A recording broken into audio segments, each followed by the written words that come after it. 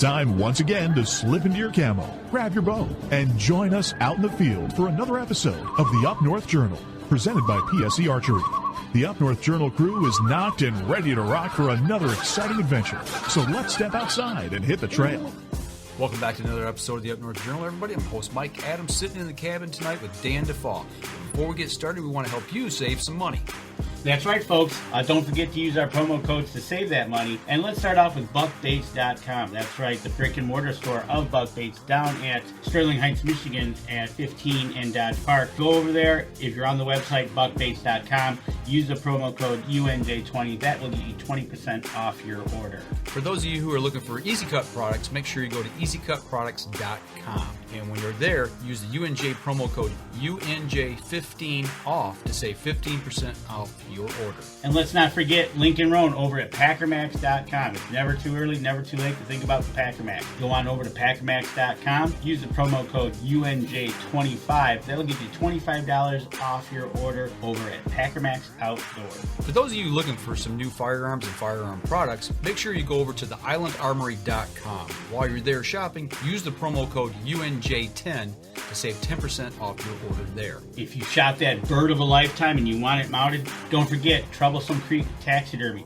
We've had them live on the show. We've talked to them. You want to get 10% off your order, go to Facebook, go to troublesome.creek.7, find their website. If you go to our website, UNJ, make sure to click on the button to download the form. You get 10% off over there using the code UNJ10. Looking for that game call, whether it be a squirrel, whether it be goose, duck, deer, make sure you go to JPO Game Calls. Look for them at jpogamecalls.com, and while you're there shopping, use the UNJ10 promo code to save 10% off your order. And Miller Deer Tracking, the man that seems to never sleep during deer season. Get 20% off your next deer tracking using the promo code UNJ20.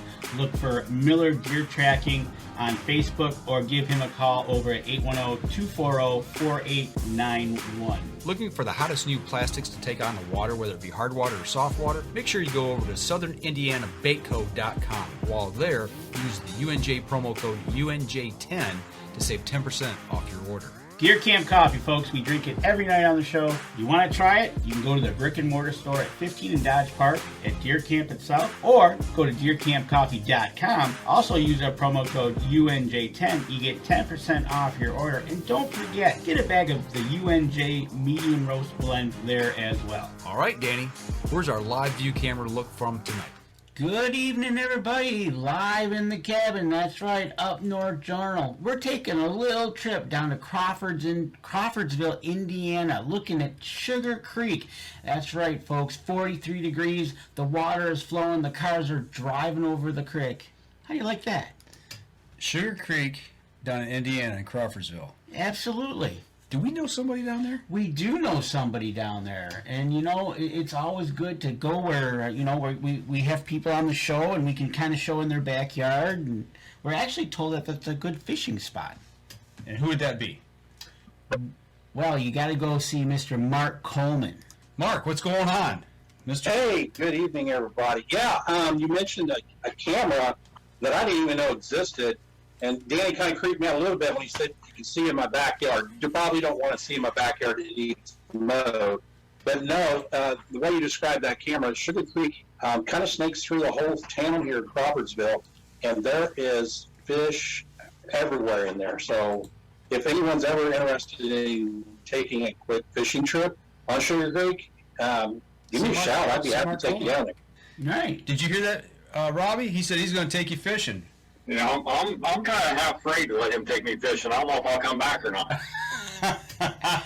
Especially after what we were talking about before the show. Yeah, you'll be fine, Robbie. You're tall. That hat's kind of freaking me out a little bit. I don't know if he's going to bring it to the show this weekend or not, but I don't know. That's good stuff. Robbie Pruitt from Antler King. Thanks for joining us tonight, and I apologize for Mark, and I don't know. I don't know what else to say about him, but thank you both for coming on tonight. We're going to talk some food plots. So that's right. We're talking springtime. It's getting kind of warm. It's 43 down by you guys. It's probably in the 40s up here, but the snow is rapidly leaving. It is, and now we got to start thinking about spring food plots. Word on the street is you guys are wrapping up the public shows this week. and we're going to turn our attention to spring planning, right, Robbie? Absolutely. Got a last show here in Illinois this weekend and open season show, and after that we're planting away. So I'm looking. I enjoy the show season. I enjoy the show circuit, but man, it's been a rough one. About 8 weeks straight in a row. I'm ready to get turning some dirt a little bit. That's right, and a shout-out from Randy Stoppenhagen. Robie Pruitt is the real deal and the nicest guy. Find him in Peoria this week. That's where you'll be, right? Absolutely. Oh, Randy, he's a good guy right there. He is a good guy. We love talking with him and hearing about those elk hunts. And actually, he's a Michigander from a few years back before he moved out to Idaho. So he's a Midwesterner. He knows what's going on over here. So Absolutely. Big shout out to Robbie. You're wearing a Raised Outdoors T-shirt, I do believe. Yes, sir. Shout out to them. They're announcing their. I got a email. We got tagged in a post today from them about the Michigan camp, and we'll post that here in a day or two. Are they starting to do their registration? Yep, I do believe so. It's got all the info on it. We'll share that here when we get a second. But well, Robbie, it's getting to be about that time where getting that bug. I see a lot of reports. This is a shout out to Mark Coleman of morels popping up further down south. Us up here in the north, we're still about a month away. Yeah, we got grass just starting to green up. We get rain. Actually, we got snow today. It's gone now. It melted pretty quick, but we still got cold weather. We got freezing nights up in Danny's neck of the woods, up in the UP. Imagine you still got a little bit of snow on the ground up there too. So, for guys here in the Midwest, our temperatures are kind of all over the place depending on where we're at. What do we need to be thinking now going into this growing season coming up? What would you suggest that some guys can do to be successful here coming up? Well, right. The number one thing they can be doing is, doing a soil sample, checking their pH. Get that pH up in that soil. Right now is prime time. If they haven't already done it, they need to be getting that lime put on, getting the pH build up in their soil. Then they can start looking at either, their frost seeding, getting a little farther south. You're getting more into the overseeding now because the frost is getting out of the ground. But the pH of that soil is key right now. And you talk about soil testing pH levels. There's several methods you could do it. You can send it off to your extension office in your local area. You can I know there's a couple other places you can send to, but Antler King themselves has an instant pH kit. And talk about that. And it's just not one kit, correct? No, our little $15 kit will actually do 4 different food plots. So you have a kit that you can actually get a little bit of distilled water, get 8 ounces of soil out of your food plot. I like taking a sample from all 4 corners, one in the center, mixing it up, taking an 8-ounce sample out of it. Mix that 8 ounces of dirt with 8 ounces of distilled water, stir it up to a slurry, let it set 10 minutes, and before you walk out of that plot, you'll know by our chart, after you dip your strip in there, exactly how much lime you need per acre to raise it up to the desired amount that you want. Mark, have you used this? No. Have you used this kit? Every year. And how is it? You tell us how easy it is to use. And Robbie explained it probably is the best way. I'm starting a new food plot right now, and I'm just clearing the ground.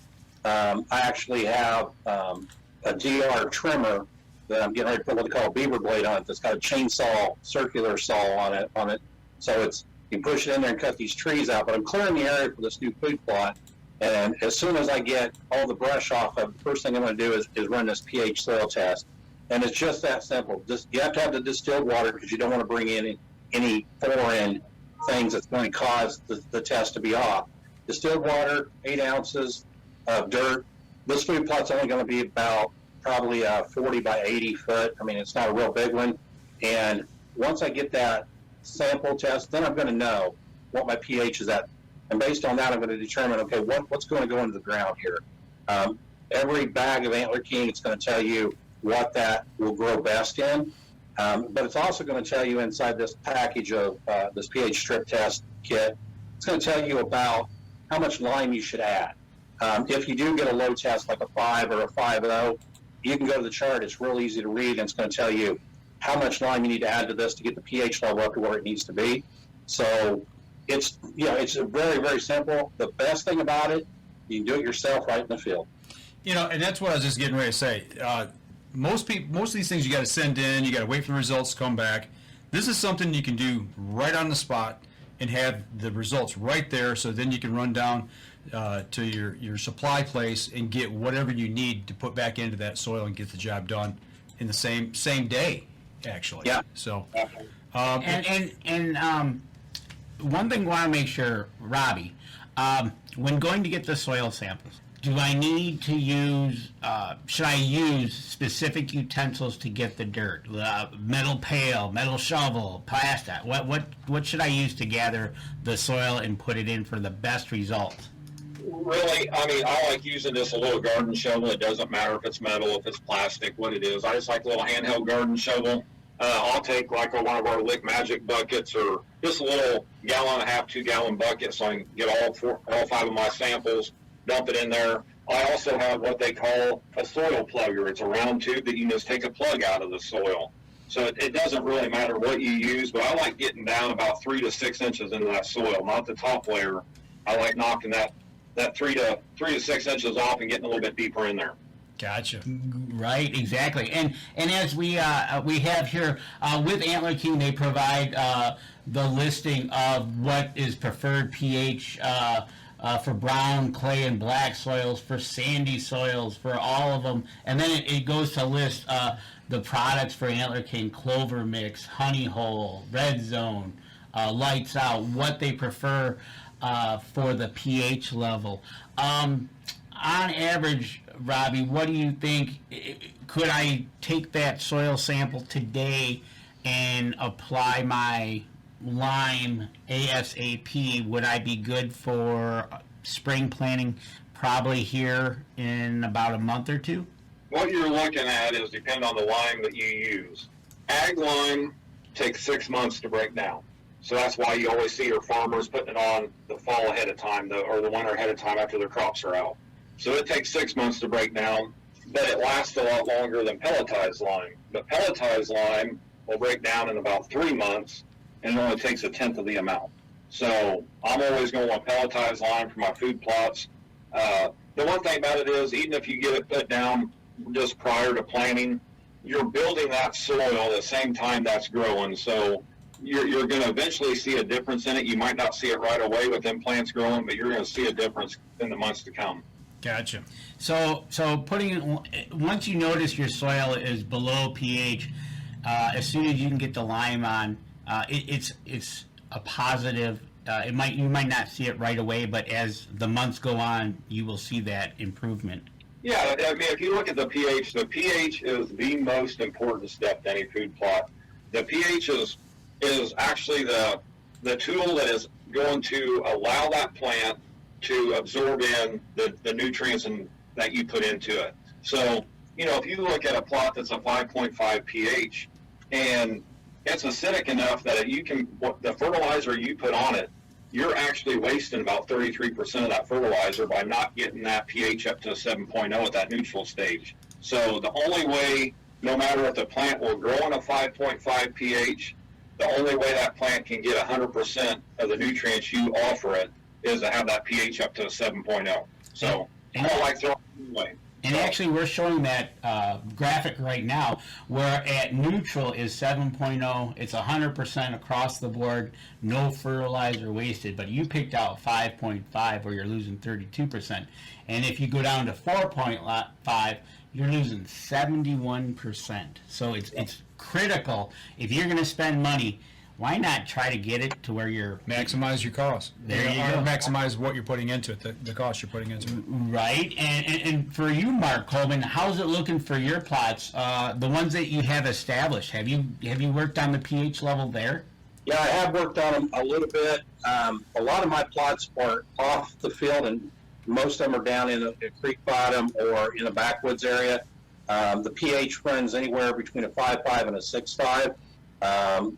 And you can tell the difference when you put on the fertilizer versus not, just because of the size of the plant, the growth. I have game changer clover that I use down the creek bottom because it grows in a shaded area a lot better than the trophy clover. And the deer will eat it down, but year after year it keeps coming back bigger and stronger. It's just, figuring out the strategy here is what you want to have, and figuring out that you need that right pH to get the most out of your food plot for a healthy herd. And the little investment on the front end with this pelletized lime really will go a long ways in saving you money, but also making a better looking food plot and a bigger, healthier herd. So it's money well spent. And I'm just going to bring this up real quick, Robbie. I know that a lot of people also ask about, is there any liquid fertilizer, or is there any soil conditioner that I could put on to get an immediate result? Is there anything like that? Yeah, we have a product, our Plot Max, which is a soil conditioner that helps break down that soil to allow the nutrients to be absorbed in by them plants a lot easier, especially the stored nutrients that are already in the soil. It will spike your pH up a little bit, but it is not a pH enhancer. I'll leave it this way. When it comes to liquid calcium, I highly recommend you use pelletized lime or ag lime. And so our Plot Max is actually humic acid. That will spike it. It's very short-lived. It is not a pH enhancer. It is actually a soil conditioner. So there you go. So the best way to do it, get your test, use the pelletized lime. You can use the enhancers with Antler King Plot Max, and then you can start your way onto a great food plot. And I tell you what, we're going to come up on our first break. When we come back, we're going to continue our planning talk, and we're going to make an announcement going out of our first break. All right, we're going to take a quick step outside, take our first break. We'll be right back after this. PSE Archery has reinvented the way you buy bows. From now on, you can make the most educated decision possible by basing your bow choice specifically on your shooting needs and goals. All you need to do is ask yourself, what kind of shooter am I? What do I want to achieve? PSE will help find the right category for you. So, what kind of shooter are you? Find out at psearchery.com.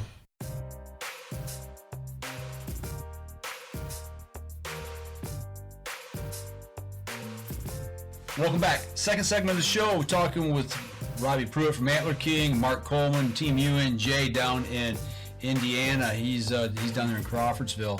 That's UNJ South, we're UNJ North, so to speak. Right. So exactly. So, but we purposely let this go to the second segment. Big announcement here at Up North Journal.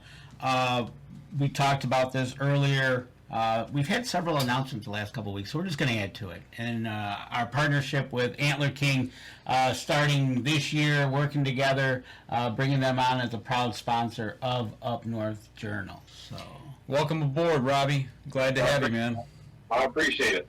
It's we're looking forward to getting some stuff in the ground here and putting it to work for you. So, I know we've heard nothing but good stories from Mark of him using all of your products here in the past. So we're anxious to get him up here in Michigan and put him in the soil. And I'm not going to lie, when it's kind of been a lifelong, outdoor lifelong, I guess, for me to bring on Antler King as a sponsor. From the basic orange bag I remember back in the day for their minerals, which was kind of cool, and I always loved that. And now they're aboard, so we hope to do you proud. We got a good guy helping you out this weekend. Mark Coleman will be, you'll be in Peoria, correct? Yeah, we're going to be in Peoria for a couple of days, 3 days actually, this weekend, doing the show over there. Hopefully, it's always a good show. This year, I think it's almost doubled in size, so that's going to be a good thing.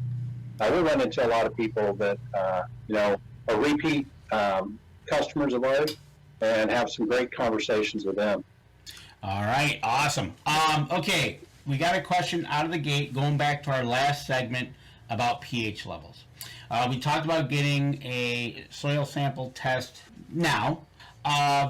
If I took a test last fall, am I going to see a considerable amount of difference through the winter where it's changed a lot, or how does that work in, let's say, the 6 month span that snow covered the ground and now I was able to get back and get into the dirt? It's actually going to depend on what you actually have planted in it. If it's an existing plot that was there that you test the soil in, if it's just virgin ground, you're going to be pretty close.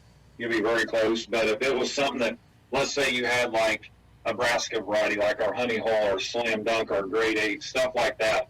A lot of people don't realize brassicas are actually a rotation crop. So you really, after about actually no more than the third year, you always want to rotate them crops out of that area, because them brassicas will destroy that soil. So if you're planting any kind of brassicas in there and you took a soil sample that fall and you didn't do nothing with it, it will be a lot lower this spring than it was last fall.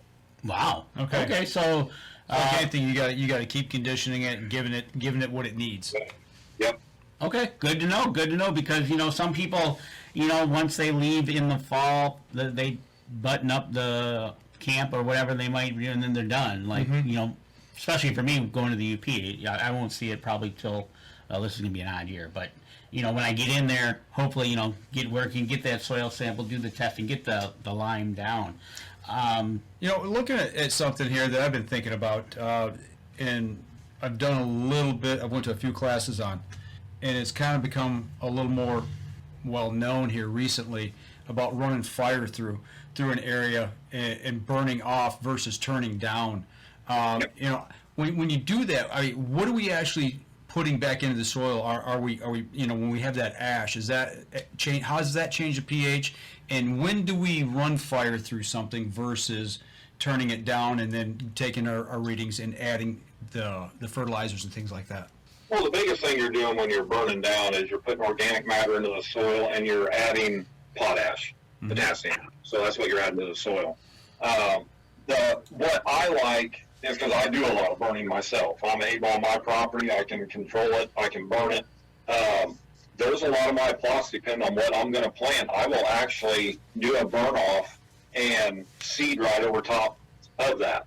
So I won't be working any soil. Anytime you work soil, you're pulling weed seeds up. So the deeper you go in that soil, the more weed seeds you're going to bring to the top, and a lot of times they will try to overtake the plot.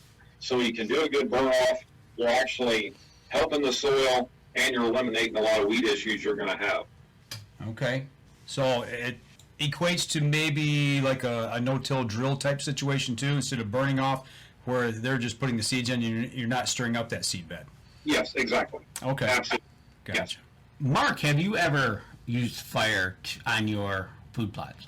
No, I have not. I'm hesitant to do it because I want to have an extra body or two there, and a lot of times I'm just down there by myself. Long story short, my oldest brother, 20 years ago did this. He was burning off a small section and got away from him, and the fire department had to be called. So stay away from the fire, but what I will do is I will go in and clear the ground. And Robbie, can you talk a little bit to, if I can't burn off everything that's there, can you do like a roundup and kill everything off and then go back in? And how soon can you go back in and plant over something that you killed off? Well, a lot of your small seeds, like your clovers, your chicories, your alfalfa, stuff like that, you can kind of do as a no-till type application. You definitely want seed to soil seed to soil contact. But yeah, getting in there with some Roundup, your glyphosate, mix in some Plot Max, and you'll just go in there, spray it off, kill that area off. Now, you're looking at a minimum of 7 days. That's what Roundup will actually tell you, glyphosate to tell you. I try to tell everybody give it 12. I like giving it 12 days to get that residual out of there, because them seeds are living organisms, so I don't want them getting killed off by the residue. So I always like waiting that 12 days, and it works out very well. Right. And I think one of the number one rules that I've learned from you in the past is if you're going to put a food plot out, try to do it right before a good rain. Absolutely. Especially if you're doing a no-till type application, it's always better to put it right off before rain. Yep. Right. Alrighty, so while we're talking about no-till, or we're talking about a perennial or an annual, kind of give us I have the website up, and if anybody wants to go while they're either watching the show or they want to go to antlerking.com, browse their website, and then literally you go to each section. Like I'm in the food plot section right now, and literally there's a menu here. It has the name of their food plot mix.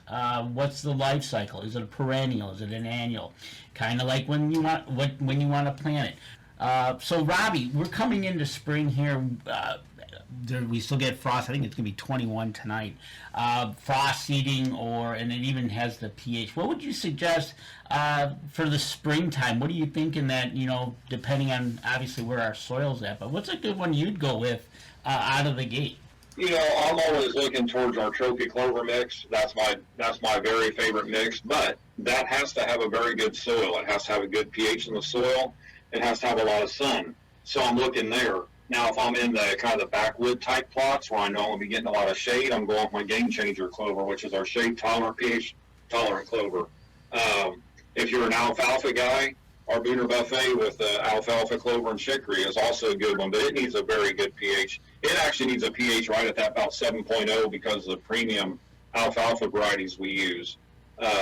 So I'm looking into that thing. But one thing I would like to touch on, and I know it scares a lot of people and they worry about it, is over the past 5 years, all you hear is frost seeding. And I got 3 of the calls today. Is it too late? It's never too late to seed clover in the springtime of the year. So you can either call it frost seeding, or if it's a little warmer where you're at, it's called overseeding. It's going to do the exact same thing.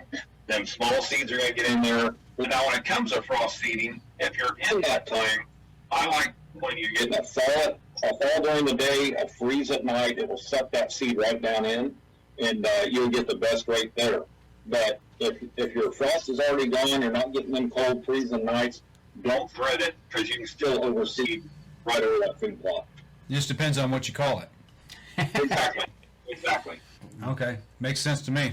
Right, exactly. Question. Okay, so I'm looking at the menu here, and I see something in like a southern green. I'm in the north. Would that work up here as it would down there, or would Here's the crazy thing about southern greens. We were approached about wanting to get a good mix for down the southern states, Texas, Florida, all that. But when you look at a Nebraska type variety, they're going to need that frost to help them turn sweet. They need that hard frost to get that starch to turn to sugar. So if you look at Nebraska as in collard greens is sweet from day one. It does not need it. It's always sweet, so the deer will eat it. So we're thinking, this is what we need to do. Get it for the guys that want Nebraskas in the southern states. They don't have to wait for a frost, especially if they don't get one. So we did this. We mixed a little bit of other stuff in with it, some radish and stuff, and winter wheat, and tested it for about 3 years. In our testing, after we already named it, in our testing, we realized we were planting it in northern Wisconsin all the way to southern Texas, and the deer were hammering everywhere it can. So the only negative thing about planting it in a colder environment, especially like where you guys are at, then deer are going to hit them collard greens. Where if you're planting the honey hole, which is our Pruitt variety, that's a late season plot. Them deer aren't going to touch that honey hole that much until you get them real hard frost on it. So you're going to have a lot more forage there during the cold winter months, because with them collard greens and southern greens, they will literally eat them from the time they start growing all the way through their growing season. So if I was you guys where you're at, I would want to stick with something like our honey hole and slam dunk. You get down, lower down the Midwest, in the southern states, that southern greens is awesome for that warmer climate. That's kind of funny.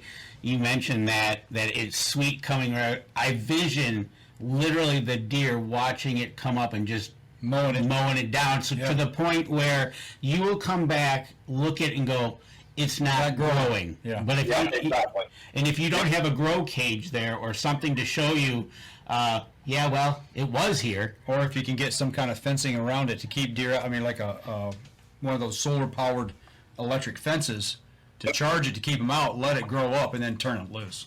Right? Exactly. Now, Mark Coleman, what are you using for your food plots this year? Well, I'm always going to go with trophy clover and Game Changer clover. It's two of my, I'm kind of like Robbie. It's hard to beat a good clover mix. But I'm also going to be doing some Booner Buffet, and I'm really anxious to try this Southern Greens. I've got a couple of bags of that on order. And I'm also going to go with Honey Hole and Slam Dunk this fall for a fall plot. The deer last year just completely, once that frost hit my Honey Hole, the deer were in it every day. And they were eating the bulbs. They were digging up the ground. So definitely going to keep those on my list for every fall. But in the springtime, definitely going to be a clover, and I'm going to get this Southern Greens out there and give that a good shot and see what happens. And you know, you're going to be out there throwing your seed out there, and what better way to finish off your food plot than using the Packer Max, right, Robbie? Yeah, that is my favorite tool in the world. That's just as good as sliced bread, I'm telling you right now. Right, exactly, and it would not. You know what? And we're gonna hopefully get some more video of Mr. Mark Coleman using his special 3-wheeler to get that Packer Max going down in Indiana, right? I'm going to use the 3-wheel bike once or twice, but I've got a garden tractor now, and it's work smarter, not harder. Oh man, I'm disappointed. I want some more video of you pedaling and pulling the Packer Max. So I'll at least do one video of that for you.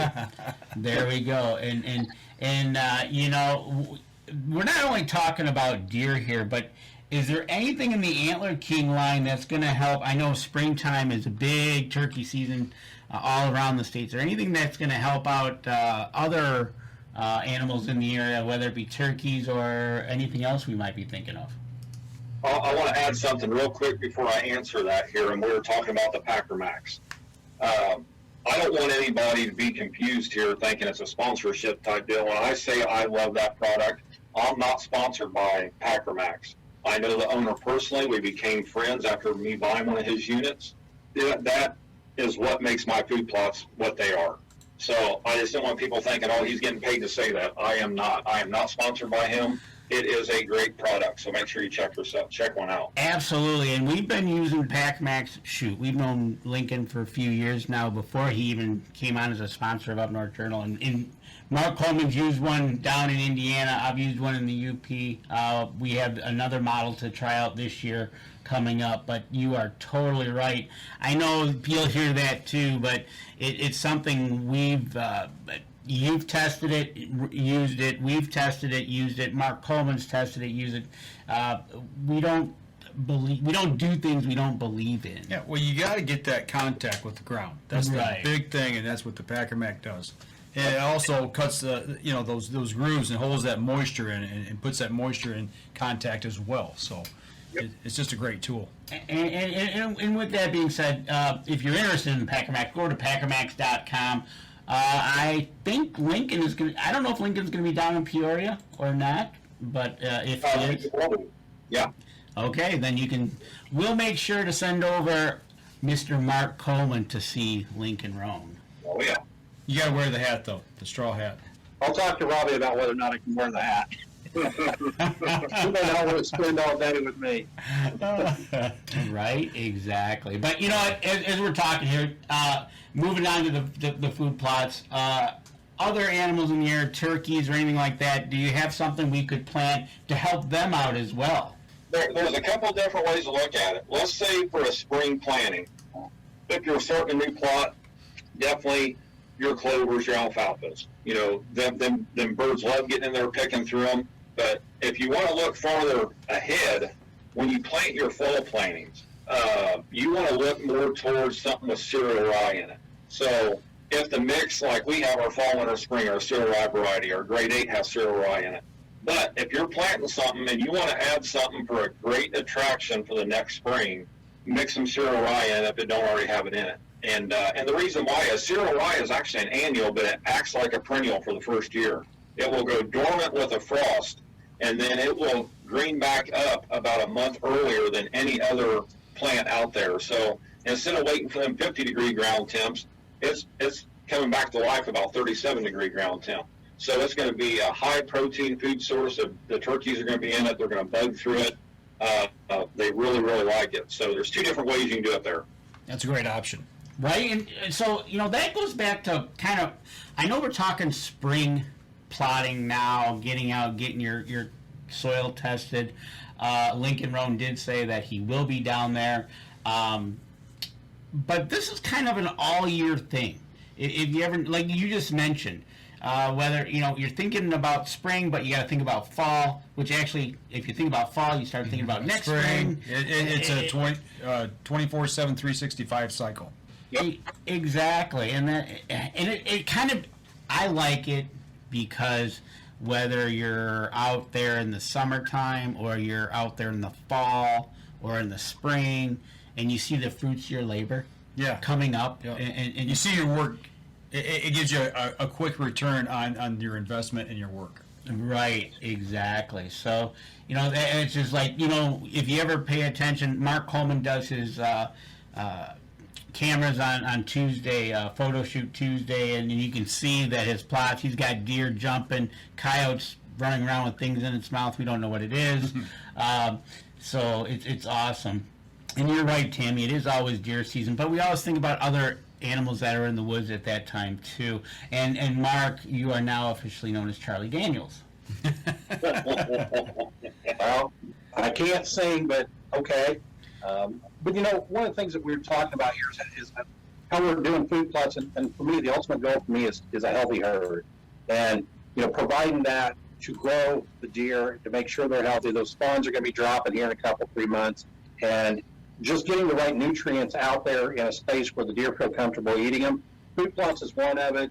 The trophy mineral, the trophy deer mineral is an amazing product to help those deer. Exactly. And before you go any further, Mark, how about we go into our second break, and when we come back, we're going to jump from food plots to the next one. We'll talk about minerals and attractants to help out that herd. That you brought up a great point. All right, we're going to take a quick step outside, and we come back, we'll jump right on that. We'll be right back after this.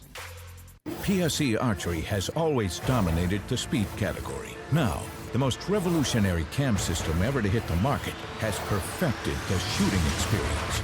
Introducing PSE's Evolve Cam System, featuring extremely high let-off capabilities and the smoothest draw cycle in history. No other cam system has ever delivered this level of total comfort and total control. Experience PSE. Experience performance. Welcome back, third segment of the show. Before we left you, we started kind of diving into the minerals part of the thing, so we'll pick it back up there and dive right into it. Yeah, Mark, you were talking about overall health of the herd. Now, Robbie, what do we got looking at now? Obviously, look in your state to see if you can use minerals. See what part of the state you can or can't, right, like here in Michigan? Right. So what would you suggest, getting out there, whether it be the Lick Magic, maybe a Booner Block, or a Buck Brick? Where are you going to go with that? If you're looking to build the healthiest deer herd that you can and give them exactly what they need, you want to go with our trophy deer mineral. If you're the guy that just wants to attract the deer that come in, a good camera magnet that does have some nutritional value, not as much as a trophy deer mineral, but some, go with the Lick Magic. You get them with our Booner blocks. Another very good product that stands right side by side with our trophy deer mineral is our Apple Burst mineral block, our 20-pound block. So them are two of the premium. The Apple Burst mineral block, the trophy deer mineral is our premium mixes. Where you get into the Lick Magic, the Booner blocks, the Buck Bricks, you're getting more into an attractant type mineral that will benefit the deer, but just as much as the premiums. There you go. So you've got several different options when you go there. But the number one, like you said, is the trophy deer mineral. And was that the very first mineral product coming from Antler King? That is what started this company in 1986. Todd Silberg developed the very first mineral there, and it just went from there. Went around to selling it in the back of his cars to what it is today, which is unbelievable. And that's the same bag, same color, and everything from back then. If I remember the first time we had you on the show. Well, they upset me after that time. That was something we have never changed. That was always original bag. But last year they did go to a poly bag, so it has changed. And it's growing on me. I didn't think I'd like it in a different bag, but it is growing on me. I messed up the original bag that was, 30, almost 35 years old. Okay. Mark, what are you using any of these products out on your farm? Yeah, so the trophy deer mineral is a must every year. Again, you got to watch your state rules, your state laws when it comes to hunting over any of those type of environments. The other thing that I absolutely have fallen in love with is the Grainiac block. That they now make a Grainiac block that's a 33-pound block, and you can put one of those out depending on your farm. Like mine, I put one out in about 7 days. The deer have eaten it completely gone. I mean, they'll come back looking for anything they can find of it. But Robbie, do you have a Grainiac block there in the background? Yeah, I got one right here. Yeah, that thing right there is a beast. But I'm telling you what, that in my opinion, that is the number one block that I'm going to go to every time. There you go. So, with that, we're talking the minerals. Whether you use the Lick Magic, like we talked, trophy deer minerals, you can't go wrong there. Looking into the next, going in the website, we're looked under the minerals. Now we're looking at the attractants that you do have. We've got Antler Aid, Unbeatable, Cotton Candy. Yep. You got to talk to me about cotton candy. Who doesn't like cotton candy? I'll tell you what, the deer love it. Cotton candy is one of them ones, kind of like he was talking about the Grainiac block. When they eat it up, they keep coming back, pawing at the ground every night for more. Again, this product was pretty much made for the southern states because of the cotton hole. But testing it up north, everything, and you'll hear me talk about testing quite a bit because we usually test a product 3 to 4 years prior to bringing it out on the market.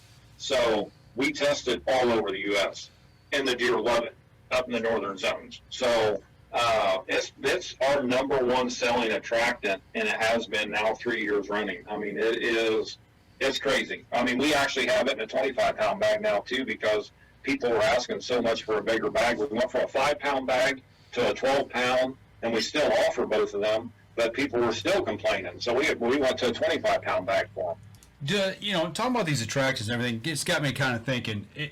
Do you see any other types of hunters crossing over where they'll use these attractants for different species? Yeah, you see, especially with bears, hogs. That's the two main ones. Turkeys, some of people, if it's legal in their area, like our Final Feast with all the grain and stuff in it, our roasted bean cuisine with the soybeans. But yeah, a lot of it gets gone. I mean, we have so much of it being used for hogs and bears. Okay. Bean cuisine. It almost sounds like you're making coffee. Yeah, or I was thinking more like lean cuisine. That's kind of what I need. Right. I kind of like the Final Feast. Yeah, it kind of says it all. Right. But getting all this stuff. As we talk about this, folks, if you go over to AntlerKing.com, check it out. If you're on Facebook, look up Antler King products. They got a page there. Get over. You can like. If you got questions, ask questions. Send them a message. Most likely, it's going to be Robbie that's going to be answering the question. There you go. I'm the only one that answers all Antler King's customer service. I'm it. He is customer service. I am. Yeah. And Robbie, everything on the website is free shipping, right? Yeah, it's always free shipping on our website, yes. Can't beat that. Right. Talking about using these attractants, where it's legal to use these, I know a lot of people use these for use them to stage up for cameras and putting cameras out. What, in your opinion, and what you've done, because I know you said you've got cameras out, where do you put a camera as far as, from the attractant to get the best types of photos? What's best in your opinion? Well, in my area, I can't legally here in Illinois use any of it. All I can use is the camera and food plots. I can't use any mineral attractants, nothing like that. But now areas where we've been in states where I've hunted, just to get a count of the deer that's in the area. I want to see what's kind of going on in there. I'll take something like our Lick Magic, our Apple Burst Attractants, one of my favorite. The Final Feast is one of my favorites. And get in, and I'm always just getting on a heavy trail type area right off of it, maybe 15, 20 feet off of it, and just seeing what it will bring over to them. The attractant part of it is very, very potent. So, but you get in some areas, and I really think if I was to do it here in Illinois, the deer are not used to something like that. It's such a strong odor that they will be standoffish for a while until they get to it. But you get in areas where they use them all the time, they come running. It's like a dinner bell. Okay. So don't be discouraged because if you never use something like that. But before I forget to say anything, we're always talking about this like I did with it's illegal here in Illinois. If you're wanting to use minerals and stuff like that and you can't legally in your state, really look into if you can plant some chicory. Chicory is the only plant out there that actually has trace minerals and vitamins in it. So the deer can actually get their vitamin and mineral intake from chicory, just like they will, not as good as they would from a mineral lick, but they will at least get that intake that they want. That's good to know. Right, exactly. And Mark, are you using any attractants or anything like that, or is it illegal in your state in Indiana? You can use attractants up to a certain date, but then they have to all be removed prior. I think it's like 10 days prior to hunting. I try to stay away from the attractants. Really, the one thing that I do is the trophy deer mineral, and I try to select a spot nowhere near where I'm going to be hunting. Just don't want to get in trouble with it. But the deer just absolutely love it, and they'll love it for 6 months, a year. I mean, once you put it out, they keep coming back and digging more. Just for me, I try to stay away from the attractants unless it's like, going to be something I'm putting out there for them during a non-hunting season. Just nowhere near that. When it gets to August, I'm usually backing out of anything other than food plots just to be safe. I write the date down so in case there's any questions, I know exactly when I backed away from putting anything out. That's just how I do things on the farm. Yeah, I remember the year that I was down in Indiana hunting down with the guys, and there was a section of the property that was a traditional mineral site. And they had told me, it's like you have to stay away from that area during hunting season.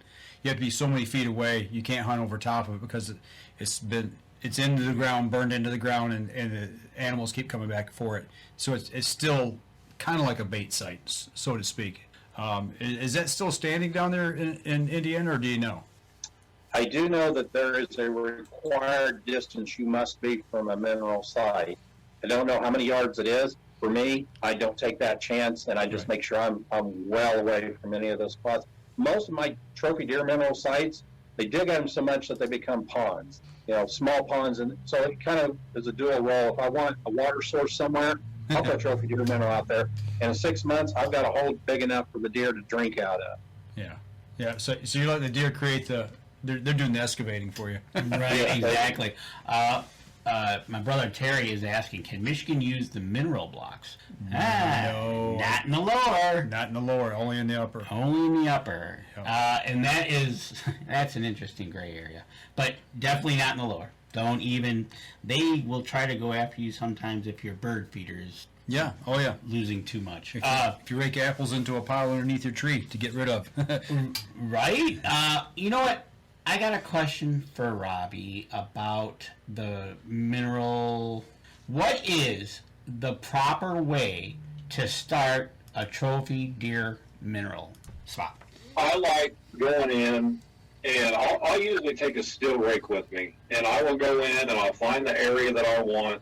That's more of a secluded area where the deer are going to feel safe. They're not going to get pressured. They're going to call it home. And not be alert every time they go in there. So I'll find that spot on my farm, a flat area. I don't want no kind of runoff or anything like that down to a creek or something. And I will go with that steel rake. I'll clean me off about a 4-foot circle of all the debris, weeds, roots, anything like that, moss, anything that's there. And then I'll take one 20-pound trophy deer mineral bag, and I will pour it all over that whole 4-foot area. That's how I like doing it. A lot of guys will just do one pile right in the center. I like spreading it over that whole 4-foot area because one trophy deer mineral bag is a 20-pound bag. It was actually designed from the get-go to start up 4 different mineral licks. So 5 pounds per lick.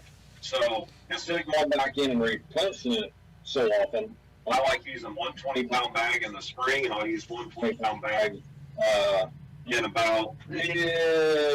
You're looking June, first part of July on the Indiana farm that I have. That's when I'll use it on there, and then I'm out of there. So I just use normally 2 bags. Now, if you got a lot of deer herds or you're on a deer farm and you're raising deer, you might want to use a little bit more, but I just like that 4-foot area with 2 bags a year. And how many mineral sites per acreage? Like if you have a 40 acres, are you looking at 1 per 40 or? One per 40. 1 mineral lick per 40 is how we did all of our testing on our deer farms and all that stuff over the years, and that seemed to work the best. Okay. And you're spreading that out. Is that just to give the opportunity for more deer to use it towards the same time? I mean, is there competition over it? Is that what you're trying to reduce, is competition? I want it to dissolve into the soil as quick as it can. So where a lot of people think when they go out to their mineral lick and they don't see that there, that the deer have ate it all down. Mm-hmm. That mineral is made to dissolve into the soil. So as in me spreading it out on a thin layer all the way over it, it will dissolve in a lot faster and the deer will start pawing at it. So instead of it just being in a big chunk pile. So it's going to last longer for them to use? Yes, absolutely. Okay, makes sense. Exactly. So there you go, folks. We have literally covered the entire Antler King lineup with the exception of one section yet. We're going to get to that quickly in our last section. So let's take our last break, and when we come back, we'll hit the feed section. All right, we're going to step outside. We'll take our last break. We come back, we'll wrap it up. So we'll be right back after this. Acceleration is part of PSE's DNA. PSE pioneered the speed movement. Now they've developed the vapor category to help you find the most powerful bows on the market to fit you. High speed equates to intense power and building the momentum you need to be successful. Are you a vapor shooter? Find out at psearchery.com.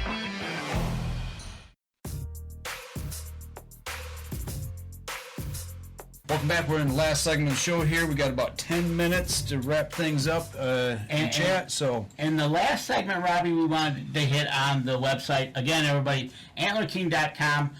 Check out their website. That's kind of where we've been focusing, kind of walking through each little area we have there. Or if you're on Facebook, go over and look at the Antler King Facebook page there too. Any questions will be answered by Robbie because he is the one and only customer service. Let's talk about the feed. Interesting, you've got one, it says rack maker, and you've got deer elk pellets. Yep. The deer elk pellets have been around for many, many, many years. We started that product for a lot of the high fenced breeding pens and stuff like that Todd knew some people, the founder of Antler King, and then it got into the outfitters and now to just the everyday consumer. I sell a lot of it to them, and you got a perfect protein, and it's just one of them things that you're not. How do I want to say this? If you look at our products, let's say the rack maker, you're going to look at it as 16% protein. Okay, you're looking at 18 on the deer and elk pellets. The 18 is just a hair high, not too bad. But if you look at a whitetail deer, most people are feeding deer during the winter months of the year. They want to help them get through that winter. Fatten them back up. A whitetail deer can only utilize 16% protein without burning fat off its body. So if you start feeding a deer a real high protein feed, you're actually burning fat off that deer while you're trying to fatten him up. So that's why you'll see with our grain rack blocks, our rack maker, stuff like that, you're going to see that 16% or less on them feed products because you don't want to be burning fat off them deer when you're wanting to fatten them up. You'd be defeating the purpose. Counterproductive. Yeah, you'd be counterproductive when you're trying to help them. And that's one thing nice about the website. When you go over there, you click on the products, and not only do they tell you about the products, they give you those numbers: 16% protein, using molasses and soybean oil. It's great information from your starting of your pH testing all the way getting down here to your feed that you can actually help the deer out. And really it's all for, like we talked about in the last segment, helping the deer herd out and, depending on what you planted, helping the turkeys out as well. Yeah, absolutely. Yep. So looking at the product line right now, if somebody's to place an order, is there anything that we've always heard supply chain issues ever since we've been dealing with the pandemic. How are you guys setting right now on supply? Is there anything that we're waiting on, or is everything fully stocked and ready to be delivered? Well, everything's pretty much ready to be delivered. Now, we do have a lot of our mixes, our premium mixes, we also offer a 40-pound bag. Okay. We have been out of a few of them here, but usually within 4 to 5 days, we got them right back in. So as in our regular smaller coverage, our half-acre, our quarter-acre bags, stuff like that, we got them. When we talk about the supply and demand, stuff like that, and the shortages, yes, they're all talking about it with the seed companies. We haven't seen any issues there. Majorly, we've seen a few that we actually had to change some varieties of clovers and a few things just because we was afraid that we were going to be limited. But other than that, you call up, it's free shipping, or get online, order right online, free shipping from us, and you're good to go. There you go. You know, and that's Get one them of the orders things. You know, if anything, folks, what we want to stress is you don't have to go out and buy a lot, but try something. If you don't try it, you'll never know. Do a little homework on what you're going to buy, whether it be a food plot or a mineral or whatever you might be going to buy. But make sure you take the right steps. Take that soil test, see where you're standing. You can go to the website. You can click on the food plots. If you don't want to do anything this year, look and see where your pH is. If you're in like 5.5, they've got something that you can use this year. It's not you're stuck. And those soil test kits that you've got, you said those do 4 plots, correct? 4 tests, yeah, 4 plots. Okay, that's a bargain.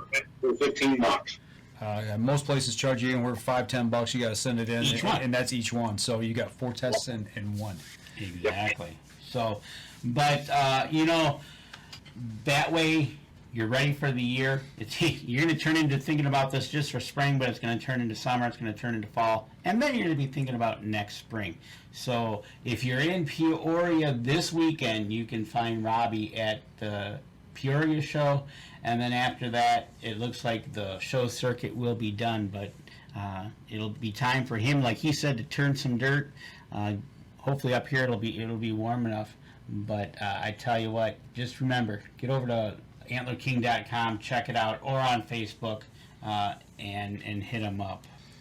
All right. So, do you know what booth you're going to be in at the Peoria show? Oh, I knew you was going to ask me that. Sorry to put you on the spot. Oh. Get a show map. Get a floor map. I've done so many shows here lately that I can't even keep them straight myself. How many shows have you done this year, roughly? This will be my 9th one. 9th one. 9 shows in a week. 9 shows every week. I haven't had a break yet. Wow. It's just one after the other. Right, exactly. And we got a picture of the last show. I think it was the last show where Packer Max and Antler King actually took a picture of each other's booth, it looks like. So, you know. Oh, yeah, we do. Yeah, see? There you go. And you know, like we talked about earlier, you get the final step, and Mike said, making that seed contact, getting that Packer Max.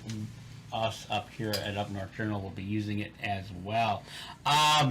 Robbie's been on before, so we can't ask him the typical questions, but I thought of a couple while we were sitting there talking about show season. Okay, all right. And Robbie, we're going to have to ask you some kind of questions. We can't let you get out of here that easy. All right, go shoot. All right, so you've been on the road for what, 8-9 weeks now? Yep. All right. Number one question, what state do you think was the best state? As in selling-wise? Nope, as in just, hey, I was in this state and overall was a good time. I gotta say Wisconsin. All right, shout out to Wisconsin. Yep. Okay. All right, now, in those 8 weeks of travel, maybe 9, best meal. Oh, Texas Roadhouse, prime rib. Okay, along those lines, worst meal. Let me think here. What did I have?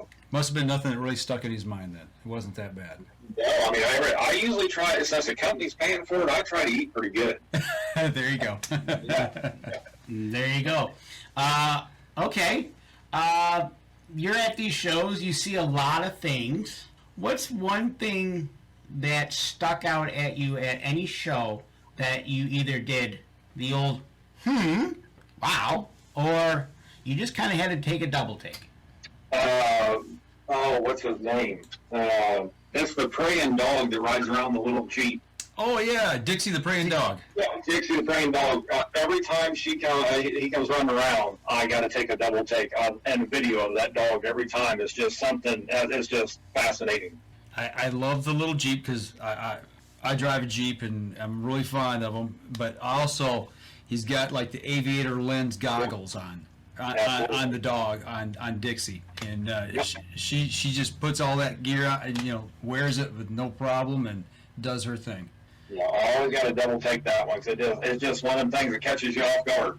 Yeah, right. It's very cool. Exactly. Lincoln Roan says Wisconsin Dells, so he agrees with you. Yep. Denise says our favorite is Texas Roadhouse too. Yes, it is. And Lincoln Road throws in a Famous Dave. Famous Dave's. Oh yeah, we went to yeah. Okay. All right. If I'm not mistaken, I may have bought Lincoln and Jeremiah their dinner one night at Moose Jaw, so he might have to repay that favor come Peoria. I think he does. I think he owes you a dinner. I think so. With this being the last show you're probably all going to be at, yeah, that's definitely Lincoln Roan. You can mark that down right now. Make reservations if you have to. He's wanting some prime rib. Right?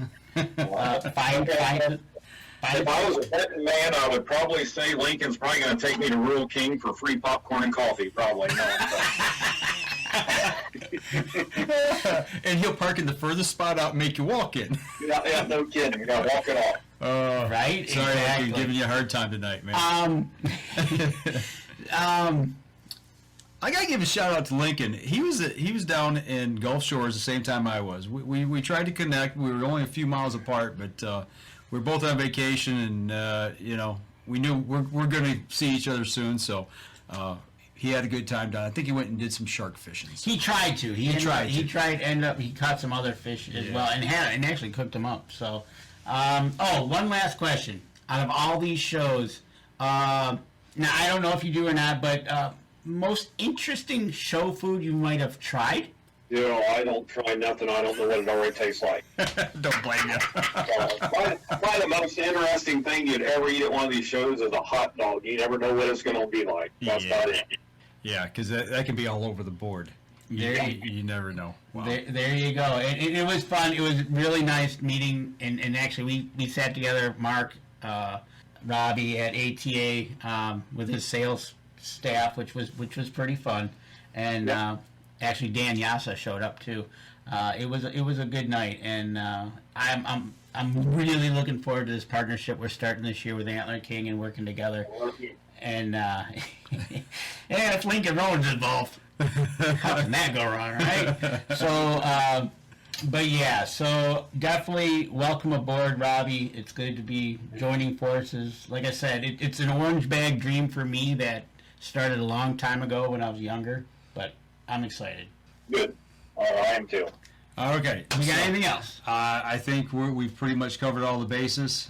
So what we want to do is make sure that everybody gets out there, goes to all of Antler King's social media pages, go over and check out their pages, and give them a like, follow, share. Do the same for us on the show, and share the show for us if you would, please. For anybody who's listening to the podcast portion of the show, make sure you go over to iTunes. If you're listening on iTunes, go over to iTunes and give us a review there. That helps people who support us as well. And before we leave, Robbie, you do a live show as well. You want to give a little shout out to the live show you got going? Yeah, the first and third Tuesday of every month at 7 o'clock Central Time, I do a little kind of live show called Turning Dirt. It's I start out every show with a topic that's usually for that time of the year, and then after that it's all Q&A. So I want all questions, and I'll answer anything I can. I'm just pretty much here to a live customer service to help you out with whatever you need.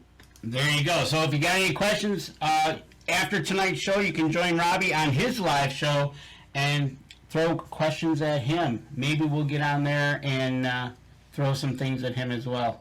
And you're right, Lincoln Road. Antler King is a fantastic company, and Robbie rocks.